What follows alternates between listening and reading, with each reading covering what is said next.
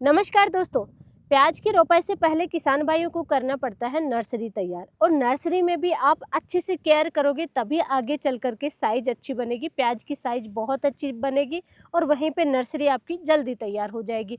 कुछ किसान भाई हैं जो 2 महीने में जाकर के प्लांटेशन करते हैं, 60 दिन तक नर्सरी की केयर करते हैं। कुछ किसान भाई हैं जो कि 40 दिन 45 दिन पे ही प्लांटेशन कर लेते हैं और साइज उनकी बहुत जल्दी बन जाती है, नर्सरी जल्दी तैयार हो जाती है। नर्सरी में एक भयंकर समस्या आती है, पीलेपन की समस्या।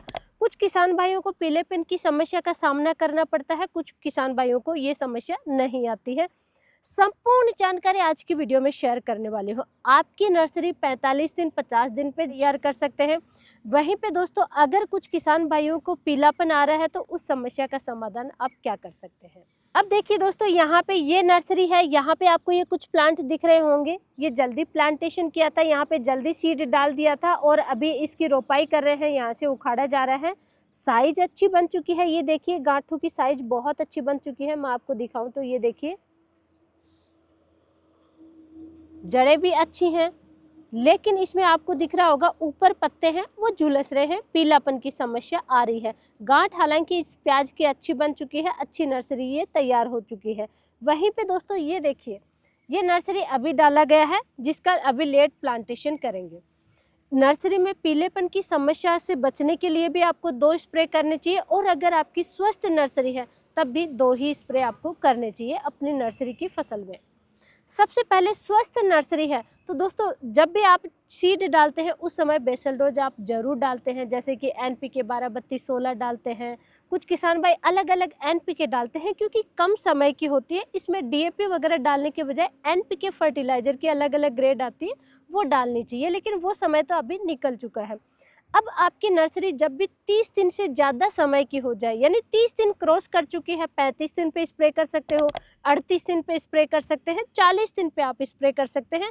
अब सेकंड स्प्रे जाएगा दोस्तों, पीलापन देखिए कितने रीजन से आता है। अगर आपने कोई हर्बिसाइड का इस्तेमाल कर लिया तब भी पीलापन आएगा, नर्सरी को झटका लगता है, पौधों को झटका लगता है, वहाँ पे 25% ग्रोथ रुक जाती है। लगभग 20 से 25% आपकी नर्सरी में नुकसान होता है हर्बिसाइड की वजह से।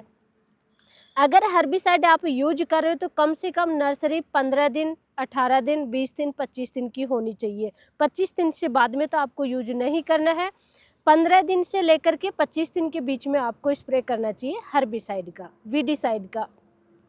हर्बिसाइड इस्तेमाल करने के बाद में नर्सरी में पीलापन आता है, रोग आते हैं, जैसे कि पत्ते मुड़ने लग गए हैं, या फिर ब्लाइट की समस्या आती है, ऊपर से पत्ते झुलसने लग जाते हैं, पीले कलर के स्पॉट दिखते हैं, जो कि अर्ली ब्लाइट की समस्या होती है प्याज की नर्सरी में। अब ये कंट्रोल करने के लिए दोस्तों 2 फंगिसाइड होते हैं। 2 फंगिसाइड में से कोई भी एक फंगिसाइड का आपको स्प्रे करना है।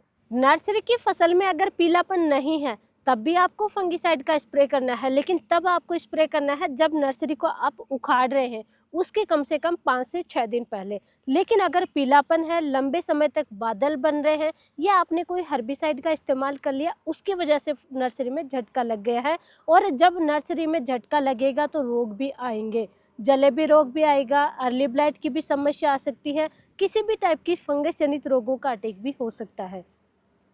तो सबसे बेस्ट है दोस्तों, आपको नर्सरी में इस्तेमाल करना है बायर का नेटिव फंगिसाइड, या वही सेम टेक्निकल कंटेंट दूसरी फंगिसाइड में मिल रहे हैं तो उसका आप इस्तेमाल कर सकते हैं। टेबुकेनाजोल प्लस ट्राइफ्लॉक्सीस्ट्रोबिन का कॉम्बिनेशन आता है बायर का नेटिव। आधा ग्राम पर लीटर के हिसाब से घोल तैयार करके आपको स्प्रे करना है। 20 लीटर की टंकी है तो उसमें 10 ग्राम आपको डालना है नेटिव फंगिसाइड। नेटिव फंगिसाइड आपको नहीं मिल रहा है, या टेबुकेनाजोल प्लस ट्राइफ्लॉक्सीस्ट्रोबिन का कॉम्बिनेशन नहीं है, तो दोस्तों आप ले सकते हैं कस्टोडिया फंगिसाइड। ये भी सेम तरीके से ही काम करता है। अर्ली ब्लाइट है, लेट ब्लाइट है, डाउनी मिल्ड्यू है, पाउडर मिल्ड्यू है, किसी भी टाइप के फंगस जनित रोग हैं, जब समझ में नहीं आ रहा तो ये 2 फंगिसाइड बहुत बेस्ट है, इनका आपको इस्तेमाल करना चाहिए। कस्टोडिया फंगिसाइड में आता है एजोक्सिस्ट्रोबिन प्लस टेबुकेनाजोल का कॉम्बिनेशन आता है। 1 ml पर लीटर के हिसाब से घोल तैयार करके स्प्रे करना चाहिए। कस्टोडिया या नेटिव में से कोई भी एक फंगिसाइड लेना है। इसके साथ में दोस्तों वैसे तो इंसेक्ट का अटैक होता नहीं है नर्सरी में, लेकिन फिर भी किसी भी टाइप के इंसेक्ट का अटैक नहीं हो, थ्रिप्स का अटैक नहीं होना चाहिए, नर्सरी आपकी बिल्कुल स्वस्थ होना चाहिए। तो प्रिवेंटिव के तौर पे कोई भी एक कीटनाशक आपको लेना चाहिए। जैसे कि आप ले सकते हैं दोस्तों, डेसिस का इस्तेमाल कर सकते हैं। डेसिस 100 आता है जिसमें डेल्टा मैथ्रीन आता है। तो आधा ml पर लीटर के हिसाब से घोल तैयार कर लीजिए, इन्हीं फंगिसाइड के साथ में मिक्स करके आप स्प्रे कर सकते हैं। डेसिस 100 नहीं मिल रहा है तो बायर का दोस्तों कॉन्फिडोर आता है। इमिडाक्लोप्रिड 17.8% SL फॉर्म में। इमिडाक्लोप्रिड आपके एरिया में कोई और नाम से मिल रहा है, कोई और कंपनी का मिल रहा है, तो वो भी आप साथ में स्प्रे कर सकते हैं। इमिडाक्लोप्रिड 17.8% जो SL फॉर्म में बायर का कॉन्फिडोर आता है, उसकी डोज आपको कम लेनी है दोस्तों।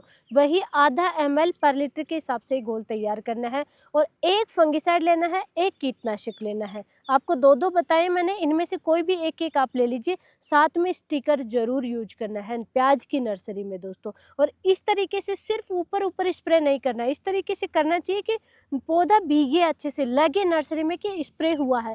इस तरीके से आपको स्प्रे करना है। और कोशिश कीजिए शाम के समय, कोई भी स्प्रे कर रहे हैं शाम के समय आप स्प्रे करें, क्योंकि सुबह के समय फोग रहेगा, ओस रहेगी, पत्तों पे पानी रहेगा, तो ऑलरेडी जैसे स्प्रे करोगे नीचे चला जाएगा। तो इसलिए शाम के समय आपको स्प्रे करना चाहिए दोस्तों। नर्सरी में आपको टोटल 2 स्प्रे करने हैं। एक न्यूट्रिशन का spray NPK 05234 plus chelated mix micro nutrient, जब भी आपकी नर्सरी 30 दिन से बाद की हो जाए उस समय आपको स्प्रे करना है। एक फंगिसाइड प्लस कीटनाशक का स्प्रे करना है। ये हुआ जब स्वस्थ नर्सरी है तब आपको करना है। अगर स्वस्थ नर्सरी नहीं है, पहले ही पीलापन आ रहा है, तो दोस्तों आपको क्या करना है, जब भी पीलापन दिखाई दे तभी आपको पहले फंगिसाइड कीटनाशक का स्प्रे करना है और उसके 4 से 5 दिन बाद में यही NPK plus chelated mix micro nutrient वाला स्प्रे करना है। यानी टाइम आपको फिर चेंज कर देना है। इस तरीके से अपनी नर्सरी को बचाइए। नर्सरी को आप 45 दिन से 50 दिन में ही तैयार कर लोगे। अगर आप इस तरीके से प्रॉपर तरीके से अपनी नर्सरी की केयर करोगे, कंद बहुत जल्दी बन जाएगी और टाइम पे आप प्लांटेशन कर पाओगे अपनी नर्सरी में। और पीलापन है या किसी भी टाइप की कोई और भी दवाई का स्प्रे किया है, विडिसाइड का स्प्रे किया है, तो उनका साइड इफेक्ट आपकी नर्सरी में देखने को नहीं मिलेगा। अच्छा रिजल्ट रहेगा, स्वस्थ नर्सरी रहेगी। आपकी नर्सरी में किस टाइप की समस्या आती है वो भी हमें कमेंट करके ज़रूर बताइए। नेक्स्ट वीडियो में हम कवर करने की कोशिश करेंगे। और आज की नॉलेजफुल जानकारी के लिए वीडियो को लाइक कीजिए, चैनल को सब्सक्राइब कीजिए, ज़्यादा से ज़्यादा किसान भाइयों तक शेयर ज़रूर करें। धन्यवाद।